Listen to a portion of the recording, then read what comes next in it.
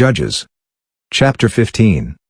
But after a while, in the time of wheat harvest, Samson visited his wife with a young goat. He said, "I will go into my wife's room." But her father wouldn't allow him to go in. Her father said, "I most certainly thought that you utterly hated her, therefore I gave her to your companion. Isn't her younger sister more beautiful than she? Please, take her instead." Samson said to them, "This time I will be blameless in the case of the Philistines when I harm them." Samson went and caught 300 foxes, and took torches, and turned tail to tail, and put a torch in the middle between every two tails.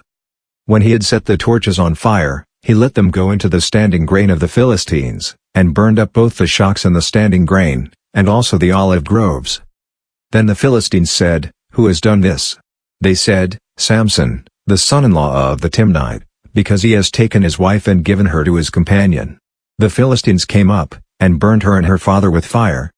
Samson said to them, "If you behave like this, surely I will take revenge on you, and after that I will cease."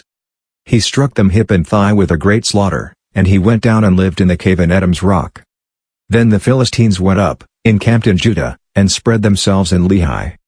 The men of Judah said, "Why have you come up against us?" They said, "We have come up to bind Samson, to do to him as he has done to us." Then 3,000 men of Judah went down to the cave in Edom's rock, and said to Samson, "Don't you know that the Philistines are rulers over us? What then is this that you have done to us?"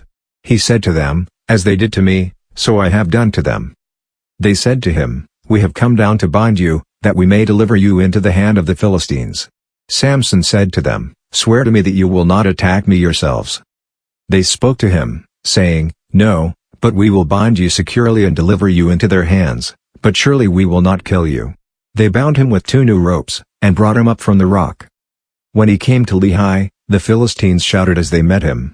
Then Yahweh's Spirit came mightily on him, and the ropes that were on his arms became as flax that was burned with fire, and his bands dropped from off his hands.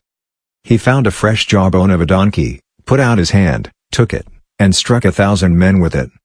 Samson said, "With the jawbone of a donkey, heaps on heaps, with the jawbone of a donkey I have struck 1,000 men."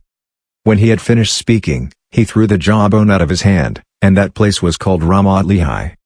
He was very thirsty, and called on Yahweh and said, "You have given this great deliverance by the hand of your servant, and now shall I die of thirst, and fall into the hands of the uncircumcised?" But God split the hollow place that is in Lehi, and water came out of it.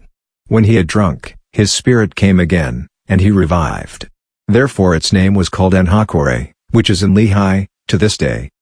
He judged Israel 20 years in the days of the Philistines.